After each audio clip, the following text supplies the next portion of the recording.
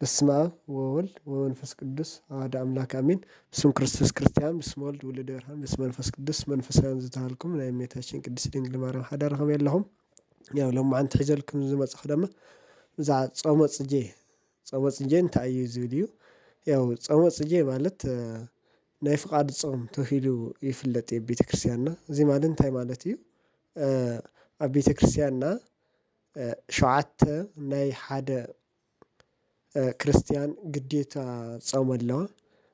ካብተን 7 ውጪ ኮይና እዚኣ ድማ ናይ ፍቃድ ጾም ተባሂላ ትፍለጥ። እተን 7 ግዴታና ጾማት ናይ ቤተክርስትያን ዝበሃላ ክንዝርዝረን ከለና ዓብይ ጾም ወይ ድማ ጾመ ኣርብዓ ኢልና ንፅውዖ እዩ። ካልኣይ ድማ ጾመ ሃዋርያት ኢልና ንፅውዖ፣ ሳልሳይ ጾመ ፍልሰታ፣ ራብዓይ ጾመ ነቢያት ወይ ደሞ ናይ ልደት ታሕሳስ ጾም ማለት እዩ። ሓምሻይ ጾመ ገሃድ ቅድሚ ጥምቀት ዘላ ጾም ማለት እዩ።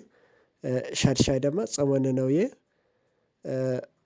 ሻብዓይ ድማ ጾመ ድህነት ወይ ደሞ ዓርቢ ረቡዕ እናበልና ብተለምዶ ንፅውዖ ማለት እዩ። ስለዚ ቤተክርስትያንና እዚአን ኣዋጃት ዝወፃና ናይ ሓደ ክርስቲያን ግዴትኡ ዝኾና ጾም እየን ማለት እዩ።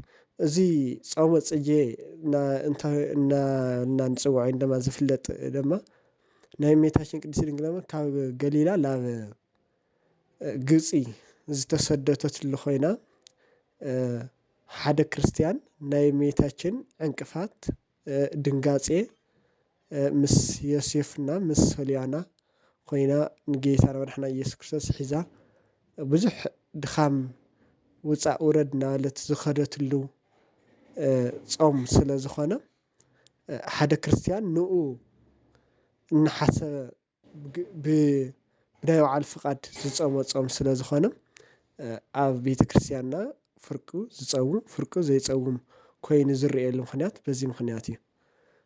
ከምኡ ድማ ማሕሌተ ጽጌ ሎማዓንቲ ያው ኣምሓረ መደወላ ክንሪኦ ከለና ናሁ ተፈፀመ ማሕሌተ ጽጌ እናበልና ኢና ንርኢ።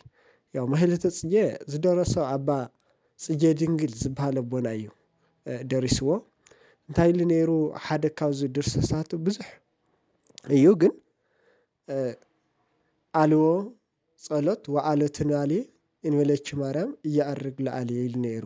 ብዘይካ ናይ እመቤታችን ጸሎትና ልመና ናብ ሰማይ ሓደ ጸሎት ዝኣርግ የለን ኢሉ ነይሩ። ስለዚ እመቤታችን ናይ ጸሎትና መሰረት ምዃና እዩ ለረድአና ማለት እዩ። ስለዚ ማሕሌተ ጽጌ ማለት ያው ጾመ ጽጌ ኣብ ቤተክርስትያንና ካብ ሕዳር 26 ክሳዕ ቁስቋም ኢልና ንፅውዖ ወይ ደሞ ካብ መስከረም 26 ክሳዕ ሕዳር 6 ዝፅወም ጾም እዩ።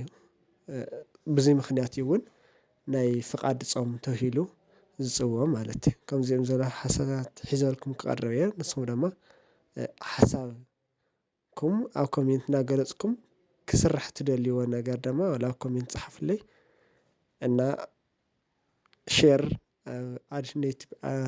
ዩቲብ ቻናል ንኣተኩም ድማ ያው ሊንክ ነምጠልኩም ኢና ሳብስክራይብ እናገበርኩም ኣታውዕኒ። ወስብሐት ለእግዚአብሔር ወለወላዲቱ ድንግል ወለመስቀሉ ክቡር።